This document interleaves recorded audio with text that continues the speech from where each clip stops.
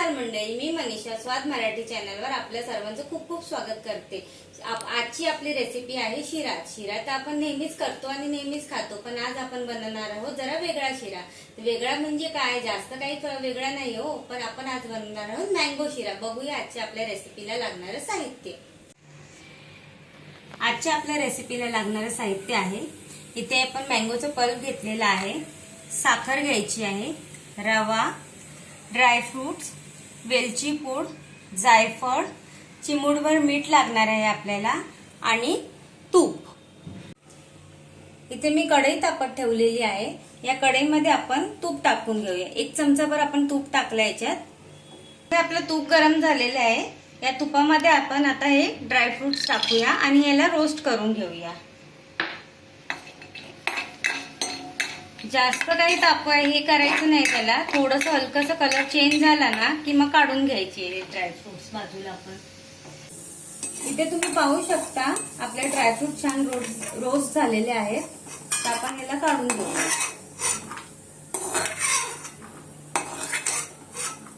याच कढईत आता अजून आपण थोडंसं तूप टाकणार आहोत रवा भाजायला आपला।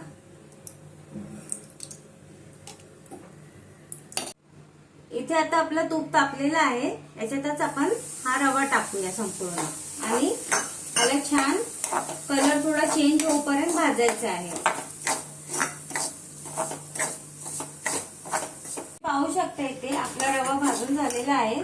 या रव्यात आता आपल्याला चिमूटभर मीठ टाकायचं आहे आणि ते मिक्स करून घ्यायचंय। त्यानंतर याच्यामध्ये आपल्याला हा मँगोचा पल्प जो आहे तो टाकायचा आहे आणि छान हलवायचा आहे आणि त्याच भांड्यात थोडंसं पाणी घेऊन तेही याच्यात टाकायचं आहे।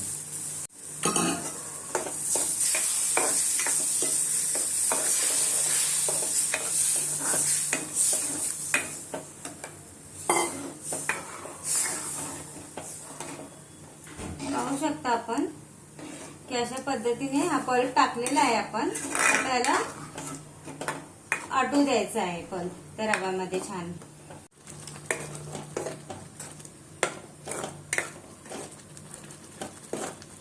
आता आपल्याला याच्यात साखर टाकून घ्यायची आहे।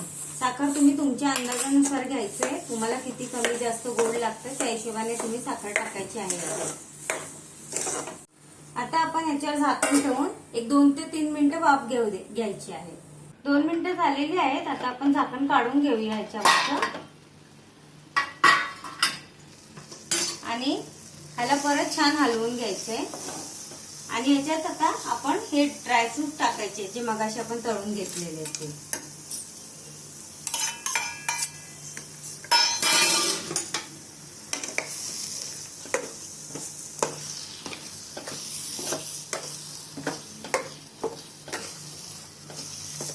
ड्रायफ्रूट टाकून झालेलं आहे। या पॉइंटला आपण गॅस बंद करूया आणि गॅस बंद केल्यावर याच्यामध्ये ही वेलची पूड आणि जायफळ टाकून घ्यायची आहे आणि याला छान मिक्स करायचं आहे।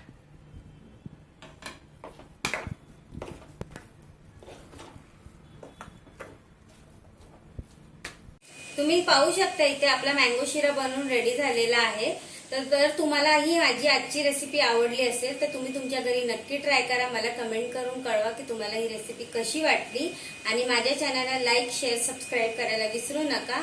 बेल आयकॉन दाबायला तर अजिबात विसरू नका। चला आता भेटूया पुढच्या रेसिपीत।